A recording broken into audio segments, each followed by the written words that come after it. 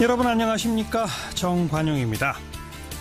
북한이 또 미사일을 쐈습니다. 새벽 3시 17분 동해상으로 탄도미사일을 발사했다. 이 소식에 우리 정부 즉각 문재인 대통령에게 보고하고 관련 회의를 소집하는 등의 대응 조치에 들어갔다고 하죠. 그런데 우리 정부 2분 만에 대통령에게 보고했다 자랑하지 말고 한미 공조 강화에 더 힘써라. 이렇게 날선 비판을 한 분이 있네요.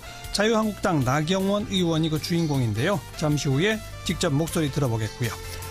오늘 발표된 사회통합형 주거사다리 구축을 위한 주거복지 로드맵 어떤 내용인지 국토교통부 김홍진 주택정책관 연결해서 자세히 살펴보겠습니다. 7시 5분 시작되는 2부에서는요. 안진걸 참여연대 사무처장과 함께하는 이웃사람 코너입니다. 오늘은 민생 최전방에서 자살을 선택하고 있는 경찰관들의 안타까운 이야기 함께 들어보도록 하죠. 잠깐 광고 듣고 출발합니다. 지금 보수 혁신의 가장 큰 걸림돌은 홍준표 대표의 막말이다. 네, 나경원 의원이 날린 돌직구입니다. 이 북한 미사일 도발 관련해서도 우리 정부 2분 만에 대통령에게 보고했다 자랑하지 말고 한미 공조 강화에 더 힘써라. 이런 말도 내뱉으셨네요. 나경원 의원 목소리 오래간만에 들어봅니다. 안녕하세요. 네, 오래간만입니다. 오래간만입니다. 먼저 2분 만에 보고했다 자랑하지 말고 한미 공조 강화에 더 힘써라. 어떤 뜻입니까? 걱정이 많이 된다는 얘기죠. 예. 오늘 트럼프 대통령하고 전화 통화도 하시고 하셨던데요. 예. 사실은 이 정부 들어와서 계속해서 고조되는 북핵 위기에 대해서 소위 제가 보니까 대화, 평화 계속 강조하고 계시고 예. 또 그다음에 중국과 미국 사이에 줄타기 외교하고 계시는데요. 예. 사실은 이제는 북핵과 북한의 미사일이 미국 본토를 공격하게 되어 있지 않습니까? 예. 그래서 이제 이 부분에 대해서 미국이 느끼는 위협은 훨씬 클 것이고 미국은 이제는 동북아의 안보보다는 미국 국익을 먼저 따질 것이고요. 예. 그 가운데 튼튼한 한미 동맹 아니면 그러니까 튼튼한 한미 동맹이라는 것이 다른 것이 아니라 네. 미국이 한국을 전적으로 신뢰할 수 없으면 미국은 우리 국익과는 전혀 다른 선택을 할 수 있다 생각합니다. 그래서 제일 걱정되고요. 그래서 조금 더 한미 동맹에 조금 더 무게를 두지 않고 이 잘못 줄타기 외교하다가는 저희 이 북핵 문제를 해결하는 데 있어서 우리는 제외될 것 같아서 걱정돼서 드리는 고언입니다. 한미 정상회담 최근에까지 계속해서 튼튼한 한미 공조를 양국 정상이 다 확인하고 있지 않나요? 한미 정상회담 최근에 국빈 방문 억지로 이제 저희가 만들었는데 1박 2일 있으시면서 사실 26분이죠. 단독 회담이. 과연 튼튼한 한미동맹이라고 볼 수 있을까요? 굉장히 안타깝더라고요. 이 단독 정상회담을 26분밖에 안 하겠다는 것은 26분밖에 못했다는 것은 결국은 미국과 한국 사이의 이 신뢰가 조금씩 좀 금이 있지 않나 이런 걱정을 들게 하는 부분입니다. 그래서 저희 외교안보적으로 지금 녹록치 않습니다. 트럼프 대통령도 워낙 자국의 국익에 있어서는 어떤 다른 대통령보다도 그 우선시하는 정도가 굉장히 높지 않습니까? 그렇죠. 그래서 사실은 그런 면에서 더 걱정이 되고요. 조금 이 남북관계는요, 우리 혼자 주도적으로 풀 수 없습니다. 결국은 주변 국가 이 이해를 일치해가는 노력 그리고 그 기반은 역시 한미동맹이라는 말을 다시 한번 강조하고 싶습니다. 중국의 역할도 매우 중요한데 그럼 중국에 대해서는 우리가 어떤 입장을 취하는 게 맞을까요? 중국 사실은 이제 중국을 같은 입장으로 끌기 위해서도 한미동맹이 중요한데 사실은 이제 사드 부분에 대해서 지금 결국 중국과 지금 3불1한 결국 추가 사드 배치하지 않겠다를 검토하지 않겠다부터 시작해서 이 3불1한을 내놓으셨는데 사실은 중국은 사드 어떻게든지 철수시키겠다는 입장이거든요. 제가 이제 11월 초에 중국 방문했는데요. 계속해서 하는 이야기가 사드의 사드의 타당한 처리를 얘기하더라고요. 결국은 이 10월 말에 중국과의 이런 합의에 있어 사실상 이제 공동 발표에 있어서 이면적인 합의가 있지 않느냐 의심되는 부분이고 결국 이 이제 우리로서는 중국과 경제 뭐 이런 이야기를 하면서 미국과 안보 이렇게 얘기를 하는데 절대 이런 줄타기 외교 잘못하다가는 예. 양쪽 얻지 못합니다. 사실은 박근혜 정부도 조금 그런 부분 잘못하다가 결국 오히려 더 예. 나중에 사드 보복도 심하게 받지 않았습니까? 그런데 일각에서는 지금 북한 김정은의 도발도 참 문제지만 트럼프 대통령이 뭐 한반도에서 전쟁 나는 거는 자기네랑 무관한 일인 것처럼 무력 공격까지 시사하는 식으로 긴장을 고조시키고 있기 때문에 그럴수록 우리 정부가 중국하고의 공조 같은 걸 좀 튼튼히 해서 뭐 북한과 미국 사이에 초강경 일변도로 치닫는 것의 분위기를 좀 바꿔야 한다는 목소리도 있지 않나요? 중국과 우리가 한다고 해서 미국이 그 생각을 바꿀까요? 저는 이제 뭐 이런 부분에 있어서 저는 뭐 늘 이야기하지만 예. 이 뭐 전쟁 하자는 이야기가 아니라 우리가 그런 의지를 갖고 있어야지 북한도 변화시킬 수 있고 한다고 생각을 하거든요. 예, 그래서 예. 중국에게 해서 미국의 이러한 스탠스를 바꿀 수 있는 것이 아니라 미국과 신뢰를 얻으면 미국이 뭐 말로는 그렇게 해도 예. 결국은 군사적 옵션을 쓰지 못하게 할 수 있다. 그러려면 생각합니다. 우리가 미국의 신뢰를 얻는 것이 최우선이다. 네, 그렇게 생각합니다. 알겠고요. 홍준표 대표의 막말이 보수 혁신 변화의 가장 큰 걸림돌입니까? 네, 그렇게 생각합니다. 왜 그렇죠? 뭐 결국은 홍 대표 뭐 많은 분들이 그러지 않나요? 자유한국당 지지해주고 싶어도 대표님께서 말씀을 거칠게 하셔서 이런 이야기들 많이 듣고 해요. 예, 그래서 예.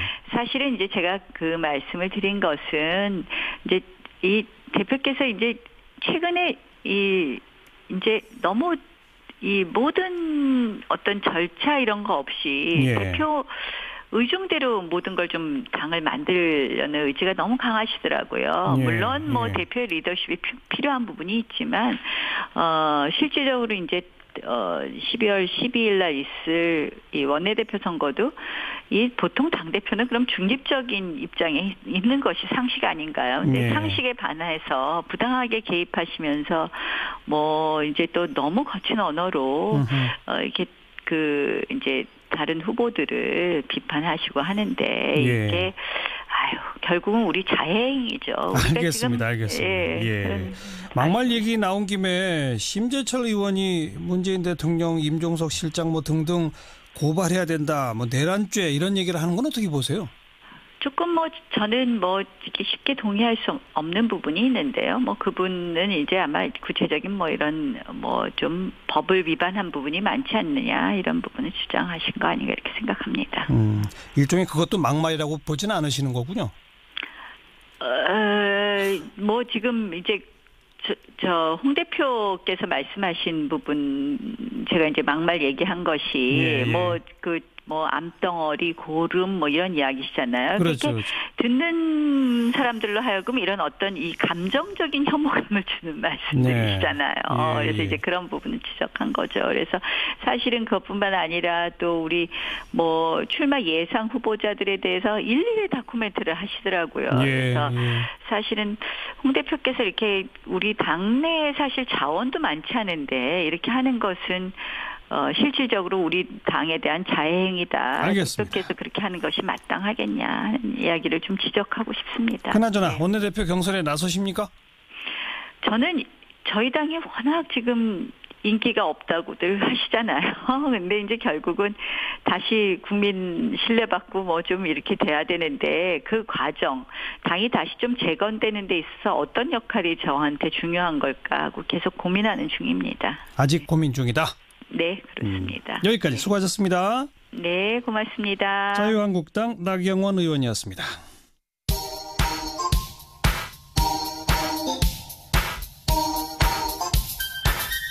시사자키 정관용입니다. 여러분은 지금 CBS 라디오와 함께하고 계십니다. 저는 출근길 김현정의 뉴스쇼 김현정입니다. 국토교통부가 내놓은 주거복지 로드맵 자세한 내용 김흥진 주택정책관 연결해서 설명 듣겠습니다. 안녕하세요. 예, 안녕하세요. 예, 간단히 말하면 5년 동안 100만 호의 공공주택을 보급한다. 이게 핵심인 거죠? 예, 그렇습니다. 저희가 이제 그동안 정부에서 여러 차례 그 주거복지 관련된 정책을 많이 발표를 했었는데 예. 주로 이제 공급자 중심으로 저희가 많이 발표를 했다고 생각을 합니다. 예. 이번에는 저희가 이제 수요자 중심으로 예. 그 지원받으신 분들의 생애 단계에 맞춰가지고 예. 임대주택을 100만 호를 임대주택을 포함한 공공주택을 100만 호를 공급을 하고 그렇죠. 단순히 이렇게 주택 공급만 하는 것이 아니고 금융 지원하고 복지 서비스를 묶어가지고 예. 일종의 패키지로 저희가 지원을 하겠다라고 알겠습니다. 하는 큰 그림을 저희가 내놨습니다. 역대 다른 정부들도 공공주택은 꾸준히 공급해 오지 않았습니까? 근데 과거 정부보다 100만 호라고 하는 건 어느 정도나 많은 겁니까? 좀 바로 비교하기는 조금 애매한데요. 그 공공임대주택의 경우를 예를 들면은 지난 5년 동안 평균 한 10만 8천 호 정도 공급이 됐습니다. 예. 근데 이제 앞으로는 13만 호 정도를 공급을 할 계획이고, 공공에서 이제 분양주택으로 제공하는 물량이 좀 전에는 연평균 한 17,000호 되던 것을 이제 3만 호 정도를 일단 확대를 했고요. 예. 그리고 이게 또 공공에서만 공급을 하는 것이 아니고 민간이 공급하는 임대주택들도 있습니다. 예. 100만 호 속에는. 예. 그중에 이제 한 20만 호 정도의 포션은 민간이 공급을 하지만 그러나 공공임대 형식으로. 예. 그렇게 공급을 해서 100만 호를 알겠습니다. 하겠다기 때문에. 어쨌든 과거 어떤 정부보다도 일단 목표치에 있어서의 그 공공주택 100만 호는 가장 많은 거죠. 예, 그렇습니다. 그걸 이제 청년, 노년, 그다음에 그 저소득 이런 식으로 나눠서 이제 몇십만 원씩 이렇게 하시겠다는 거 아니겠습니까? 예, 그렇습니다. 저희가 그 청년들에게 30만 원을 저희가 이제 공급을 할 계획을 가지고 있습니다. 예. 그 청년들 같은 경우에는 저희가 공급을 하더라도 일단 그렇게 넓은 평형이 필요한 건 아닙니다. 그렇죠. 청년들한테는 예. 쉐어형 주택이라고 해가지고 예. 집을 2명이나 3명이 나눠 살 수 있도록 하고 예. 또 산단 주변에 공급을 한다든지 산업단지. 산업단지 주변에 수요가 많은 곳에 공급을 한다든지 하는 방식이 있고 예. 또 이제 신혼부부 같은 경우에도 또 신혼부부는 그 육아에 되게 관심이 많습니다. 그렇죠. 이제 신혼부부에 대한 공급하는 주택의 경우에는 육아가 아주 편리한 그런 특화단지 형태로 제가 공급을 해주겠다는 것이고 예. 또 이제 노인분들 같은 경우에는 생활하시는데 좀 불편함이 없도록 집 내에 단차 같은 것들을 없애가지고 베리어 프리라고 이렇게 이야기를 하는데 알겠습니다. 뭐 그런 주택을 제가 공급을 할 계획입니다. 그렇게 이제 수요 맞춤형으로 만들어서 공급을 한다는 말씀인데 예. 어느 땅에다가 무슨 돈으로 짓습니까? 그게 문제 아닙니까? 제가 이제 100만 호를 공급을 한다라고 했는데 이 100만 호가 다 새로운 부지에 건설하는 것은 아닙니다. 예. 한 30만 호 정도는 이제 기존에 있는 주택을 매입을 해가지고 예. 리모델링을 한다라든지 아니면 이제 새로 짓거나 하는 그런 방식으로 공급을 할 수가 있고 예. 또 하나는 이제 LH가 기존에 있는 그 집주인하고 임대를 맺어가지고 물량을 확보한 다음에 다시 재임대를 하는 형식으로 그렇게 해서 나가는 물량이 한 30만 호 정도가 되고요. 예. 실제로 이제 건설이 필요한 부분이 70만 호 정도가 이제 건설을 해야 되는 물량인데 예. 지금 공공에서 한 77만 호 분 정도의 공공택지를 현재 확보를 하고 있습니다. 그리고 예. 저희가 이제 한 40개 지구를 추가로 지정을 해가지고 예. 한 16만 호 정도의 물량을 제가 추가로 확보를 해서 입지가 좋은 곳 위주로 제가 이제 공급을 할 그런 계획으로 있습니다. 기존에 이미 그 확보하고 있는 77만 호의 그 부지들이 수도권이나 대도시 인근에 좋은 땅들입니까? 수도권이라든지 대도시 인근에 좋은 땅도 있고 조금 입지가 안 좋은 부분도 조금 있습니다. 그래서 이제 신규로 추가로 저희가 이제 16만 호 분의 물량을 더 추가로 확보를 할 계획이고요. 또 일부는 도심 내에 있는 그 노후 공공시설 같은 것들을 리모델링한다. 리모델링을 한다든지 해서 추가로 저희가 이제 부지를 확보할 수가 있습니다. 그리고 재원은 어떻게 합니까? 저희가 지금 연간 한 24조 정도 소요되는 것으로 저희가 예상을 하고 있습니다. 예. 근데 이제 이 중에 이제 한 21조 정도 부분은 그 주택도시기금에서 저희가 이제 지원을 필요한 재원을 충당을 할 거고 나머지 한 2.7조 정도는 이제 재정에서 지원을 할 계획으로 있는데요. 대부분을 차지하는 국민 주택도시기금 같은 경우에는 현재 여유자금이 한 40조 원 정도가 있고 또 매년 이제 청약저축이라든지 부동산 등기 같은 거 할 때 이제 매입하시는 국민주택 채권 이런 걸 통해서 저희가 자금을 조달을 합니다. 조달된 자금으로 하게 되면 크게 무리가 없을 것으로 제가 이제 판단을 하고 있습니다. 그런 뭐 해당 부지 즉 대상 입지라든지 거기에 따른 구체적인 재원 조달 방안이라든지 이런 좀 조금 더 정교한 그 시뮬레이션을 거친 안들이 나와야 된다는 의견이 있던데 그 언제쯤 나올까요?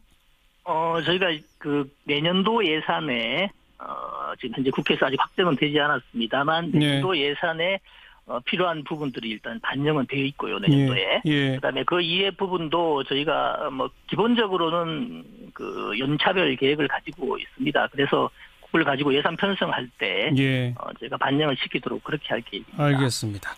그 외에 기존 임대주택에 살고 계시는 그 참 서민들의 제일 어려운 게 전월세 값이 막 오르는 거 아닙니까? 전월세 상한제라든지 임대차 계약갱신 청구권 같은 거 이건 왜 아직 거론이 안 되나요? 저희가 요번에 그 주거복지 로드맵을 발표를 하면서 그 임대차 시장의 투명성, 안정성 강화 부분은 제가 이번에 빼고 발표를 했습니다. 그래, 왜요? 저희가 이제 기본적으로 어떤 방향으로 할 것인지 그리고 또 세부적인 방안에 대해서는 이제 관계부처 간의 협의가 다 끝이 났고 일단 기본적인 방향은 정해졌습니다만 제가 10월 달에 한번 연기를 한 적이 있거든요. 이제 가계부채 대책 발표를 하면서 그때 저희가 주택시장에 미치는 영향을 보고 적정한 시기에 발표를 하겠다. 그렇게 이야기를 한번 한 적이 있는데. 그러니까 언제 발표합니까? 그러니까 12월 중에. 12월. 금년 중에 제가 발표를 할 건데 이게 아무래도 임대차 시장과 관련된 내용이 임차인의 주거 안정뿐만이 아니고 맞습니다. 영향을 많이 미치기 때문에 일단 12월 중에는 분명히 이제 어떤 뭔가를 내놓는다 이 말씀이죠. 그렇습니다. 기다려 보겠습니다. 네, 오늘 고맙습니다. 예. 네, 국토교통부 김흥진 주택정책관이었습니다. 윤태곤의 뉴스 사이다. 윤태곤 실장 어서 오십시오. 네, 안녕하세요. 국정원이 그 명칭도 바꾸는 개혁안을 내놓았다고요? 국가정보원법 개정안 대외안보정보원법이 공개가 됐어요. 이제 국정원 개혁 TF 있지 않습니까? 그렇죠. 거기가 이제 국정원하고 같이 논의해서 만든 건데 골자가 이렇습니다. 일단 이름을 바꾸겠다. 대외안보정보원으로. 대외안보정보원. 그리고 정치 관여 우려가 있는 부서를 다시 설치할 수 없게 법으로 만들겠다. 법에 아예 그냥 그렇게. 지금 사실 그런 국들이 없어졌다가 생기고 막 이랬었어요. 그렇죠. 과거에도. 지금도 이미 이제 2개의 국이 폐지가 됐는데 그럼 국정원의 이제 내부 구조조정이지 않습니까? 뭐 사람 바뀌면 다시 생길 수도 있는 거거든요. 또 만들 수도 있는 거죠. 요즘 그 추명호 전 국장이라는 사람 이름이 많이 나오잖아요. 우병우 전 수석하고 이거 뭐 가깝고 사람 사찰하고 뭐 이랬다는 사람. 이분이 국익정보국장이었어요. 맞아요. 이 국익정보라는 게 아주 포괄적으로 들리지 않습니까? 그러니까 이것도 할 수 있고 저것도 할 수 있는 근거를 만들어 놓았었는데 이걸 이제 없애겠다는 거죠. 그리고 불법 감청 금지 조항. 불법 감청은 원래 불법이니까 감청을 하면 안 되는데 이것은 이제 처벌 조항 같은 게 약한데 이건 이제 국정원 직원이라든지 내부 조직에서 훨씬 더 높이겠다라는 거죠. 그래서 직무 일탈의 가능성을 차단하겠다. 이렇게 되면은 위에서 시키더라도 밑에 사람이 안 할 수 있는 근거가 마련되는 거죠. 법적 근거가. 그렇죠. 그다음 제일 크고 좀 논란의 여지도 있는 것은 대공수사권을 다른 기관으로 이관 폐지하겠다는 거예요. 그럼 국정원이 간첩을 안 잡겠다는 건가? 그렇죠. 아니 그렇다기보다는 수사권이 아니라 정보 수집권만 가지겠다는 겁니다. 예컨대 CIA라든지 그런 데는 그런 식이에요. 정보 수집권만 가지고 있어가지고 뭐 FBI나 경찰로 이관하게 돼 있어요. 그렇죠. 우리도 상당 부분은 경찰이나 검찰로 이관해서 하는데 국정원은 수사권을 가지고 있었거든요. 그런데 정보 수집만 하고 수사는 다른 기관으로 넘기겠다. 맞습니다. 그리고 이제 정보 수집 기능에 대해 가지고도 되게 구체화해놨어요. 지금까지는 아까 이제 국익정보국도 마찬가지인데 국내 보안 정보에 대해서는 수집할 수 있다 이렇게 해놨습니다. 그럼 사실 코에 걸면 코걸이, 귀에 걸면 귀걸이라고 해가지고 다 국내 보안으로 다 갖다 붙였었거든요.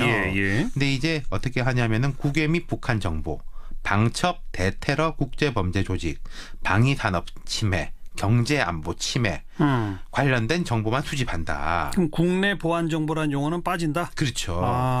그리고 이제 국외 및 북한 정보 쪽에서도 지금 국가보안법 사항 중에 찬양 고무죄하고 불고지죄에 대해서는 정보 수집 범위에서 제외하기로 했어요. 찬양 고무죄라는 게 뭐 단순하게 이제 뭐 나는 김정은이 좋다 뭐 이런 거 이제 인터넷에 이제 올리는 경우들도 있지 않습니까? 그런 거는 이제 국정원이 할 필요가 없다는 거죠. 그리고 이제 추가된 게 군사기밀보호법, 국법법상의 북한 연계 안보 침해 행위 등에 대한 정보 수집이 추가된 거고요. 네, 국내 기능은 사실상 완전히 없어지는 건가요? 어떻게 되는 거예요, 그러면? 그러니까 원래 이제 해외 정보원으로 하자라고 하면서 국내 기능 완전히 없애자라는 이야기도 있긴 있었어요. 예. 근데 이제 북한 문제는 항상 국내하고 연결되는 것들이 있지 않습니까? 그럼요. 뭐 아까 간첩 이야기도 나왔지만 난파돼 가지고 뭐 우리 국민에 접촉하고 이런 경우들이 있잖아요. 그렇기 때문에 북한 공작원하고 접촉하는 국내인 같은 사례는 발생할 수 있다. 국내 정보를 수집하는 게. 그건 해야죠, 또. 그렇죠. 아까 국가보안법상에서 찬양 고무죄만 안 하는 거니까요. 예. 결국 아까 제가 말씀드린 게 그 대공수사권 문제 있잖아요. 그렇죠. 이건 아직 갈 길이 멉니다. 오늘 국정원 법에 의하더라도 약간 명확하지 않은 지점들이 있어요. 어디로 보내겠다는 건지가 아직. 맞습니다. 이게 경찰개혁, 검찰개혁, 뭐 검경수사권 조정 이런 거하고 다 연동되는 문제거든요. 네. 국정원이 우리는 안 한다 하더라도 그걸 넘겨받을 곳이 있어야 되는 거잖아요. 그렇죠. 지금 검찰, 경찰의 대공수사 기능이 없는 건 아닌데 지금까지는 국정원이 그걸 다 하니까 검경은 그걸 좀 뒤처리하는 이었었거든요. 네. 실질적 수사 기능은 이제 약했다는 거예요. 근데 이제 이런 우려에도 불구하고 왜 없애느냐. 정보 수집하고 수사권 기능 같이 붙여놓으니까 과거에 뭐 간첩 조작 사건은 워낙에 많으니까. 그 서울시 공무원 간첩 조작 사건이 대표적이잖아요. 그렇죠. 그거는 이제 아주 과거 독재 시대 때 일이 아니지 않습니까? 최근의 일이죠. 이건 뭐 중국 공문서까지 조작해가지고 간첩을 억지로 만들려고 한 거잖아요. 맞아요. 자기들이 이 사람이 뭐 대공용의점이 있다라고 정보 수집을 한 다음에 그걸 또 자기들이 수사를 하니까 이런 무리수를 두게 된 거죠. 그러니까 이게 정보 수집과 수사권을 동시에 가지면 이런 부작용이 나온다는 것인데 문 대통령의 이제 대선 때 공약을 보면은 국가경찰 산하에 안보수사국을 신설한다고 돼 있어요. 근데 여기는 사실 자치경찰하고 국가경찰 분리가 되고 좀 복잡해요.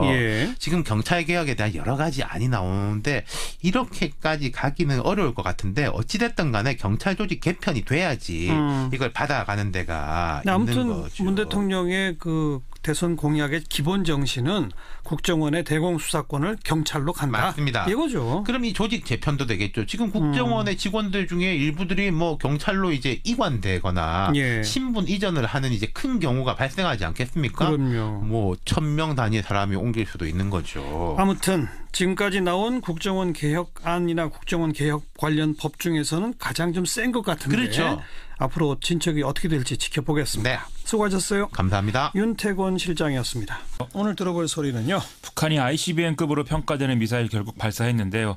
이 사실을 전하는 북한 사람의 목소리를 들어보시죠. 대륙간 탄도로켓 시험 발사 성공! 조선노동당의 정치적 결단과 전략적 결심에 따라 새로 개발한 대륙간 탄도로켓 화성 15형 시험 발사가 성공적으로 진행되었다.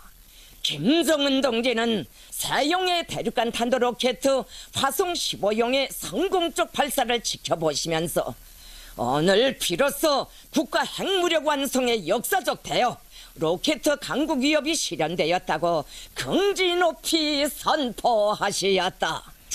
네, 명백한 성공이고 핵무력 완성이다. 이런 평가죠. 그렇습니다. 이 한미일 정보당국이 평가한 바를 종합을 해보면 북한이 발사한 미사일은 최대 고도 약 4,500km 정도까지 올라갔고 비행거리는 약 960km 정도 되는 걸로 지금 추정이 되고 있거든요. 만약에 정상각도로 발사가 됐다라면 1만 킬로미터를 넘게 날아갔을 것이다. 이렇게 추정이 된다는 거죠. 그러면 거리상으로 볼 때 미국의 이제 서부 연안을 넘길 수 있는 수준이고 워싱턴 DC 인근에까지도 도달할 수 있는 거리다라는 평가입니다.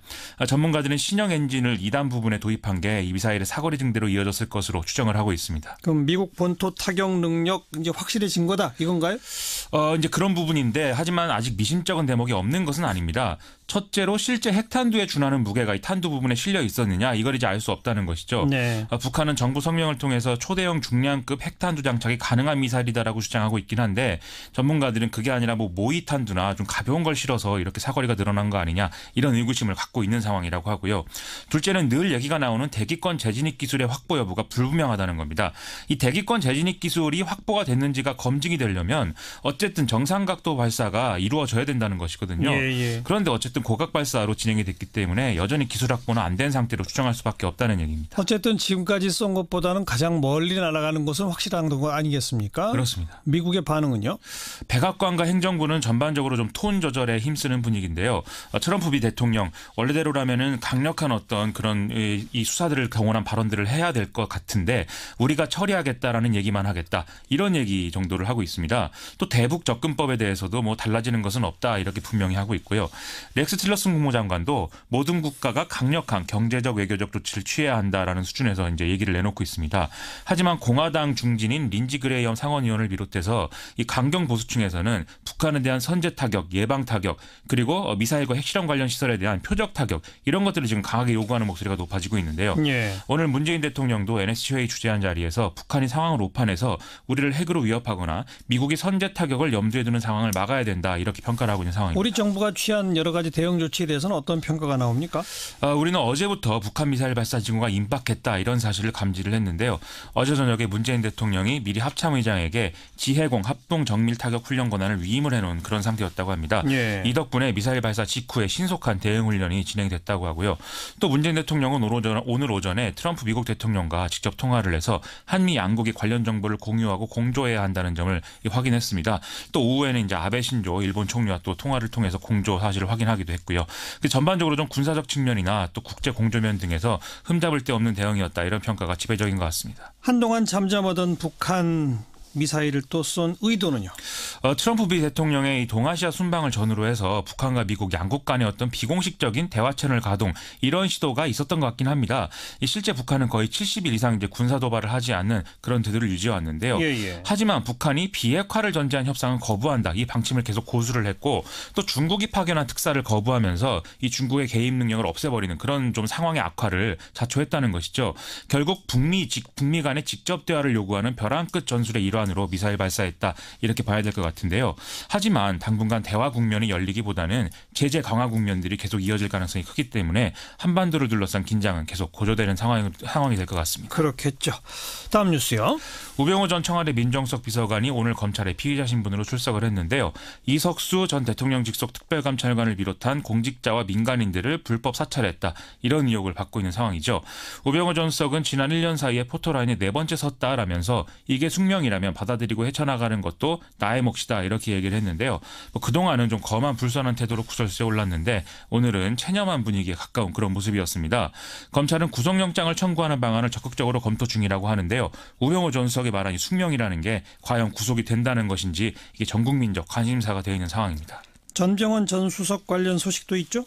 검찰은 롯데홈쇼핑 재승인을 대가로 전병헌 전 수석이 회장을 맡았던 e스포츠 협회를 통해서 뇌물을 수수한 혐의로 이 전병헌 전 수석의 전 보좌진 3명을 지난 25일 날 구속 기소했다. 이 사실을 오늘 공개했는데요. 이게 뭐 어떤 새로운 사실을 보여주는 건 아니지만 좀 주목할 만한 대목들이 같이 나와 있는 상황입니다.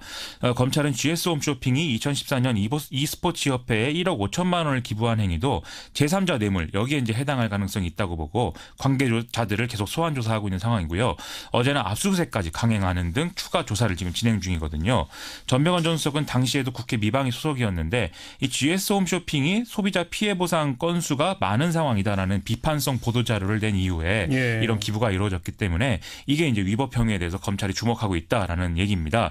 결국 전병헌 전 수석의 구속영장 재청구 그리고 추가 기소 이걸 검찰이 모색할 가능성이 커지고 있다. 이런 평가 가능한 상황입니다. 롯데홈쇼핑뿐이 아니라 GS홈쇼핑도 이렇게 되는 거네요. 그렇습니다. 다음 뉴스요. 예산안 법정 처리 시한 3일 남았다 이런 얘기 나오는데 여전히 여야의 대치 국면이 풀리지 않고 있는 상황입니다. 오늘 여야교섭단체 3당 원내대표는 정세균 국회의장 주재로 긴급회동을 가졌는데 정세균 의장이 이 자리에서 토요일인 2일에도 본회의 소집하겠다 좀 합의를 해라 이런 입장을 강력하게 요구를 했거든요. 그러나 이후에 열린 3당 정책위의장 회동에서 이 지금 쟁점이 되고 있는 공무원 증언 문제 등을 놓고 입장차가 좁혀지지 않아서 더불어민주당 김태년 정책위의장이 자리를 박차고 퇴장하는 이런 모습까지도 나온 상황입니다. 좀 합의 전망이 어두워졌는데요. 이 여파로 오후에 열릴 예정이었던 여야의 정책위의장 원내수석 부대표 간 2+2+2 회동도 같이 무산이 된 상황입니다. 아울러 정세균 의장이 초고속자를 대상으로 한 소득세와 법인세 인상 등이 포함된 25개의 법안을 이 세입 부수 법안으로 지정한 건 역시 지금 야당의 반발 근거가 되고 있는 현실입니다. 정부 여당은 어떻게 해야 이 예산안 통과시킬 수 있을까요? 여기서 좀 주목할 부분이 결국 캐스팅 보트는 국민의당이 쥐고 있다는 것입니다. 그렇죠. 국회 선진화법 때문에 여야 합의가 없더라도 예산안은 2일을 지나면 본회의에 자동 부의가 되는데 이 시점에 국민의당이 찬성 표결한다는 입장만 분명한 상태로 만들면 예산안은 결국 통과가 된다는 것이죠. 그럼 국민의당을 설득해야 되잖아요. 그렇죠. 어떤 카드로 하면 될까요? 그래서 이제 오늘 주목할 만한 이 문제가 나왔는데 오늘 더불어민주당 우원식 원내대표와 국민의당 김동철 원내대표가 호남권 KTX에 대한 공동 합의문을 발표를 했습니다. 예. 광주 송정에서 무안공항을 경유해서 목포에 이르는 호남 고속철 2단계 노선이 가장 현실적이다. 뭐 이런 내용인데요. 애초에 기재부가 제시한 안은 광주 목포 간의 기존 노선을 이제 고속화하는 수준에서 좀 하고 무안공항으로 가는 것은 지선을 신설해서 예산을 좀 아껴야겠다라는 것이었거든요. 예. 하지만 전라남도 등은 무안공항 활성화에 이 안은 도움이 되지 않는다는 이유로 무안공항을 경유하는 노선을 이제 신설할 것을 주장해 왔습니다. 예. 결국 이런 식으로 호남 예산을 고리로 해서 국민의당을 설득을 하면 좀 예산안 통과를 모색할 수 있다. 즉 플랜 B를 가동하는 거 아니냐 이런 해석이 가능한 그런 상황이라는 거죠. 뭐 지켜봅시다. 다음 뉴스는요. 오늘 정부가 취약계층의 빚을 정리해 줄 수 있는 장기소액 연체자 지원 대책을 발표했는데요. 원금 1,000만 원 이하 빚을 10년 넘게 갚지 못하고 있는 연체자의 상환 능력을 심사해서 능력이 없다라고 판단이 되면은 빚을 탕감해 주겠다 이런 내용입니다. 예. 현재 장기소액 연체자 총 159만 명으로 파악이 되고 있는 상태입니다. 구체적으로 어떻게 탕감받을 수 있어요? 지금 장기소액 연체자의 경우에 크게 4가지 경우로 구분할 수 있겠는데요. 우선 박근혜 정권 시절 만들어진 국민행복기금 내에서 빚을 안 갚고 있는 사람과 갚는 중인 사람 이렇게 구분할 수 있습니다. 이 중에 빚을 안 갚는 사람은 따로 신청을 받지 않아도 재산과 소득을 이 국민행복기금이 일괄 심사한다고 하는데요. 회수 가능한 재산이 없고 소득이 중위소득의 60%인 1인 가구 기준 월 99만 원 이하라면 상환 능력이 없다라는 판정을 받게 된다고 합니다. 또 빚을 갚는 중인 사람은 국민행복기금이나 신용회복위원회에 개별 신청을 해서 재심사를 받을 수 있고 이 경우에 상환 능력이 있다고 판단돼도 최대 90%까지 원금 감면이 가능하다고 하고요. 국민행복기금으로 넘어오지 않은 연체 채권도 따로 신청을 해서 상환 능력을 개별 심사하는 그런 방법이 있다고 합니다. 네, 여기까지 수고하셨어요. 고맙습니다. 김민아 기자였습니다.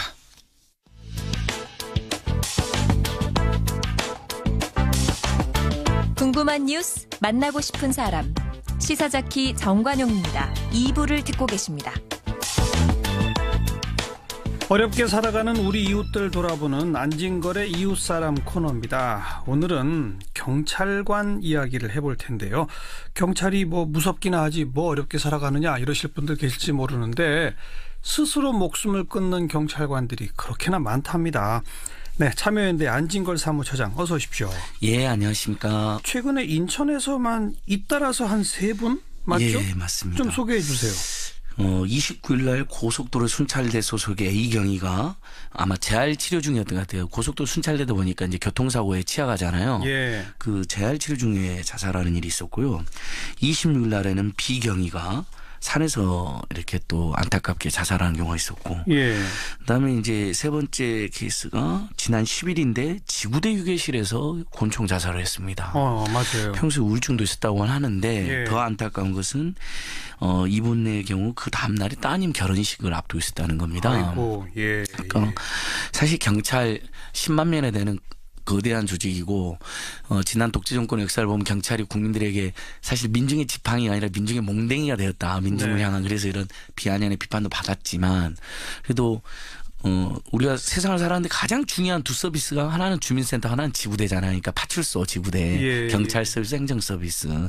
가장 중요한 우리 공적인 서비스를 담당하는 분들이 최근에 이렇게 많이 자살하고 있다는 소식에 네. 저희들도 우리가 경찰들을 보고 인권을 지켜라고 강력 촉구한 건 물론 잘한 거지만 경찰 내부에서 이 경찰분들이 여러 가지 스트레스와 자살과 뭔가 굉장한 인권 침해 상황에 시달리고 있는 것에 대한 관심은 상대적으로 부족한 거 아니었나 네. 이런 고민을 해보게 되더라고요. 이런 예. 뉴스 접하면서 다른 자료들을 보니까 참 놀라운 게 예. 지난 5년 동안에 경찰관 근무 중에 순직한 것보다 자살한 경우가 더 많다면서요? 맞습니다. 그러니까 그 박남춘 의원실에서 자료를 냈는데요. 최근 5년간 자살한 경찰관은 일단 100명이나 되고요. 5년간 예, 100명? 예, 1년에 20여 명씩 자살을 한 것으로 밝혀졌고 이 기간에 경찰관이 이제 순직하신 분은 79명 정도. 그러니까 그것도 많은 예, 건데. 그것도 많죠. 순직도 예. 정말 사회를 위해서 우리 국민을 위해서 애쓰다가 돌아가신 거잖아요. 이것도 너무 억울하고 통탄할 일이고 더 안전하게 어떻게 하면 그런 일이 없을까 우리가 같이 고민해야 되는데 네. 그보다 27%나 많은 수치가 자살로 돌아가셨다고 하니까 참 어이가 없네요. 예, 너무 어이가 없다. 이거 뭔가 근본적인 대책이 필요한 거 아닌가. 최근에 뭐 프랑스에서도 경찰들이 많이 자살한 데에서 프랑스가 발칵 뒤집힌 모양이에요. 그래서 내무장관이 직접 나서서 대책을 지시하고 그랬다는데. 우리나라뿐이 아니군요. 예, 요 정도면 한국에서도 뭔가 좀 범정부 차원에서 좀 대책을 세워야 되는 거 아닌가. 그 이런 자살한 분들의 그 원인 분석 이런 것도 있잖아요. 예, 그것도 나오더라고요. 어떻게 나옵니까?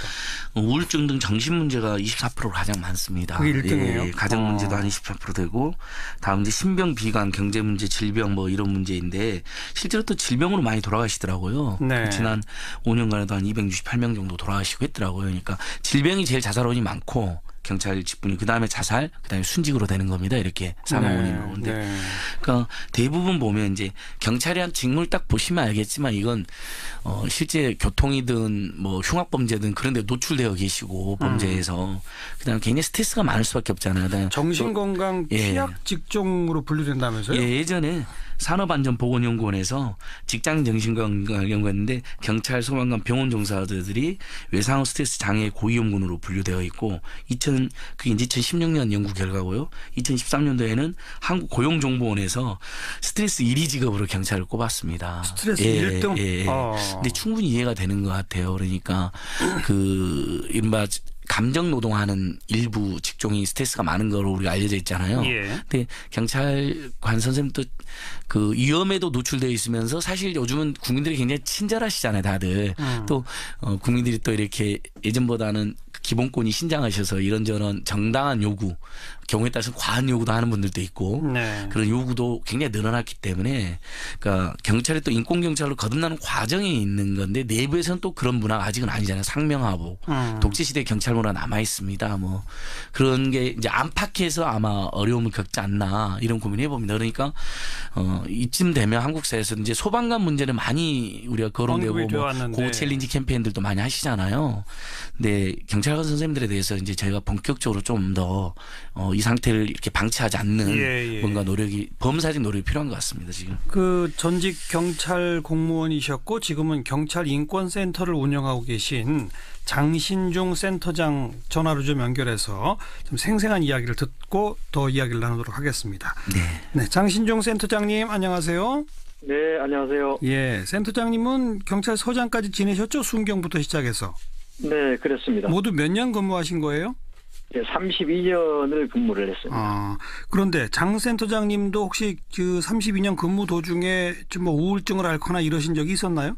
모든 사람이 다 그렇지는 않지만요. 이제 경찰의 이제 근무 환경에 노출되면은 그 우울증이나 이런 그 심각한 어떤 그 심리 상태에 빠지는 거는 뭐 그게 특별한 일이 아닐 수가 있습니다. 그래요? 외부에서 보는 경찰관들은 뭐 특별하게 문제가 없이 근무하는 것 같지만은 굉장한 어떤 심리적 부담, 그다음에 외적인 근무 환경의 그 어떤 열악한 상태, 그다음 조직 내부의 어떤 그 아주 좀 심한 그 권위주의 문화, 그다음에 그 시민들의 강력한 어떤 어필, 이 스트레스가 엄청난 그런 직업이거든요. 근무 환경이 안 좋고 내부 조직은 권위주의적이고 민원인이나 시민들은 강하게들 경찰한테 뭐라고 하고 그런 거죠. 사실 이제 파출소 같은 데 가보면은 밤에는 뭐 주치자들이 사실 천국이라고 할 수 있죠. 뭐 그분들도 분명히 이제 인권에서 존중을 받아야 되지만은 이런 지나친 이런 부분들은 이제 좀 자제할 때가 되지 않았나 이제 그런 생각을 좀 합니다. 경찰 인력이 좀 너무 부족해서 업무가 과중하기 때문에 이 스트레스가 더 쌓이는 거 아닐까요? 물론 이제 근무 여건 문제가 아주 상당히 심각하죠. 다른 일반 행정부서에는 그 여유 인력이 있지만은 우리 경찰관들 교대 근무하는 부서에 가보면 한 명이 빠지면 톱니가 빠집니다, 그냥. 그러니까 쉬는 사람을 다시 데리고 올 수밖에 없어요. 그걸 우리 경찰관들은 땜빵 근무라고 이제 속칭해서 땜빵 근무라고 하는데 이게 안 빠지지 않을 수가 없습니다. 그래서 조금은 여유가 있도록 만약에 거기서 필요 인력이 10명이면 12명 정도는 있어야 사실 정상적으로 돌아갑니다.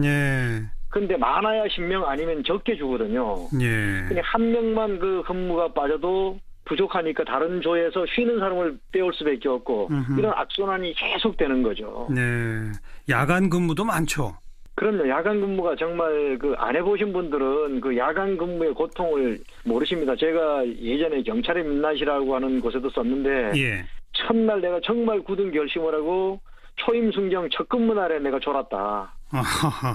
정말 그런 고통스러운 근무를 계속하면서 단순히 그냥 근무만 하는 것이 아니라 또 육체적인 어떤 그 어필까지 받아가면서 근무를 하는 것이 경찰관이거든요. 며칠씩 집에 못 돌아가시는 일들도 뭐 다반사죠, 경찰관들은. 아마 이거는 실태 전수조사를 한 번은 해보면 이제 심각한 문제가 드러날 텐데요. 지난 연말부터 이제 탄핵 정국이 시작됐고요. 그다음에 이제 탄핵을 거쳐서 촛불 집회, 그다음 대통령 선거, 이제 좀 있으면 또 연말입니다. 그 지난 연말부터 올해 1년은 정말 경찰관들에게는 정말 끔찍한 악몽 같은 그런 해였을 겁니다. 뭐 정말 우리 국가적으로는 아주 정말 바람직한 그런 쪽으로 발전이 됐지만은 그것을 뒷받침해온 경찰관들은 정말 극심한 어떤 그 과로에 시달린 것이 분명할 겁니다. 거기까지는 저희가 생각도 못했네요, 정말. 그리고 이 경찰 조직 내에 권위주의 문화를 상징하는 사건이 최근에 뭐 한 여경을 감찰을 하는데 강압 감찰을 했다. 그래서 지금 경찰관들이 직접 서명해서 한 1,000명 가까이 서명한 그런 그 고발까지 이루어지고 있지 않습니까? 그거 좀 소개해 주시겠어요? 네, 그렇습니다. 이게 하루 이틀 된 것이 아니고요. 지금 경찰관들의 자살 중에 강압 감찰이나 억지 감찰로 인한 자살을 우리가 한번 따져봐야 됩니다. 사실 공권력에 의한 그 죽음이거든요. 지난해 동두천 경찰서 여자 경찰관 여순경 한 분이 또 자살을 했죠. 감찰을 받다가. 그다음 8월 달에는 또 김제 경찰서에서 감찰을 받던 경찰관이 한 명 저수지에 빠져서 스스로 목숨을 끊었어요. 그런데 이런 것은 감찰로 인한 사망이 분명함에도 발표를 할 땐 다 우울증, 신병비관, 가정비관 이렇게 몰아붙인단 말이죠. 강압감찰, 억지감찰이 뭐예요? 자, 이번에 만약에 충북청에서 우리 여직원을 감찰한 이유를 보면 어이가 없거든요. 뭡니까? 세상에 그 이제 킥스라고 하는 형통망 시스템이 있습니다. 이분이 그것을 관리를 하는데 자기 칭찬 같은 공치사를 했다는 내용까지 들어있어요. 이런 걸 봤으면 이건 지저치워이죠. 익명이기도 하고 음해성 투서가 분명하고 익명 투서에 그런 내용이 공치사 했다는 게 들어있다. 그걸로 감찰을 했다. 그렇죠. 내용조차도 정말 터무니없는 아무것도 아닌 내용이거든요. 상식적으로도 근거도 없이 그냥 그랬던 겁니다. 그런 음해성 이런 걸 자신들의 책임을 면하기 위해서 사실은 한 거라고 볼 수가 있거든요. 근데 감찰을 해서 그분이 아니 난 그런 적 없습니다. 그러면 딱 받아들여지고 그래야 되는 거 아니에요? 그렇죠. 그걸 이제 꽤 맞춰서 억지로 처벌하려는 관행이 있습니다. 이런 거죠. 우리 감찰들의 관행이 책임을 회피하기 위해서 아니면 경찰 지휘부가 자기 책임을 회피하기 위해서 사소한 민원이나 억지성 민원에 대해서도 경찰관들을 희생양 삼아서 문제를 봉합해버리는 관행이 아주 굉장히 큽니다. 그래요? 그거 분명하거든요. 그래서 우리 경찰관들이 감찰을 뭐라고 부르는지 아십니까? 뭐라고 불러요? 조금 속된 말이지만 개대가리라고 부릅니다. 왜요? 개가 하는 것이, 개가 참 착한 짐승인데 주인이 물어 하면 그 사람이 착하고 잘했고 따지지 않고 무조건 물죠. 그냥 물으라면 문다? 그렇죠. 아, 그래요. 그렇죠. 고발하신 거는 좀 한번 어떻게 진정되는지 지켜볼게요. 말씀 잘 들었습니다. 많이 좀 관심 가져주시죠. 네, 경찰인권센터의 장신종 센터장이었고요.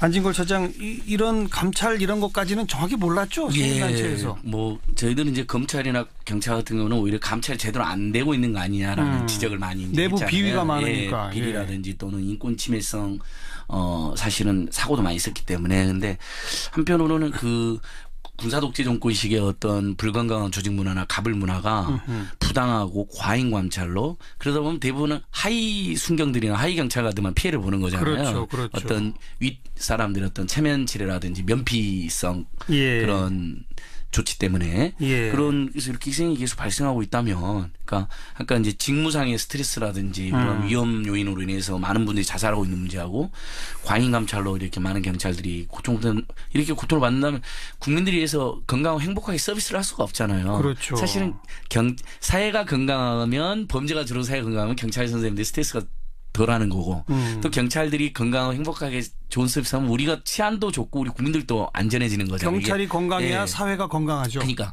또 뭔가 안전이 그런 선순환 구조에 있는 거거든요. 이게. 그러니까 저희가 아마 오늘 방송에서는 아마 청취자도 그렇고 그동안 이제 뭐 사실 촛불 집회 때도 이번에 경찰 선생님들이 예전에 비해서 훨씬 더 성숙하게 잘 대처해 주셨잖아요. 또 만약에 하나에 대비해야 되기 때문에 다들 경계 근무들을 하셨죠. 우리 그런 거 생각 못했습니다. 그래서 경찰관 80%가 그 경찰 개혁위원회라는 게 만들어졌습니다. 문재인 정부가 이렇게 각 부처마다 개혁위원회 만들고 있잖아요. 잘하고 있는데 거기서도 올해 10월 달에 발표를 했는데 경찰 80% 야간 교대 근무를 한답니다. 그러니까 그렇죠. 극심한 스트레스를 받고 있고 일단은 결국은 민중의 지팡이로서 역할을 하고 싶어도 제대로 역할을 못하는 그런 조건에 놓여 있다는 게 그래서 문재인 정부에서 지금 경찰 개혁위원회를 만들어라 경찰 직장협의회를 만들어라라고 이번에 개혁위원회에서 공고를 했거든요. 경찰 공무원들끼리 그러니까 일종의 노동조합의 전 단계인데 일종의 이제 하이직 중하위직 경찰 공무원들이 좀 조직을 만들어서 이런 일종의 그 처우 개선이라든지 조직 내 불건강한 문화에 문제 제기도 개선될 수 있도록 뭐 저희 같은 경우는 노동조합도 만들어도 좋다고 생각하는데 일단 직장협의회로 잘 만들어지는 게 필요한 것 같습니다. 오늘 이 문제는 여기서 이렇게 해야 합니다라고 어떤 결론 내리기가 좀 어렵고 오늘은 우리 청취자분들이 경찰들도 이러한 어려움을 갖고 있구나라고 모르셨을 테니까 5년 동안에 스스로 목숨 끊은 사람만 100명이 넘는다는 거. 뭐 강압감찰, 억지감찰 이런 것들이 경찰 조직 내에서는 참 문제가 되어 왔다는 거 좀 새롭게 인식하고 관심을 가져서 제도 개선으로 이어지도록 하는 출발이 되어야 될 것 같습니다. 네. 오늘 이웃사람 여기까지 하죠. 수고하셨습니다. 예, 고맙습니다. 참여연대 안진걸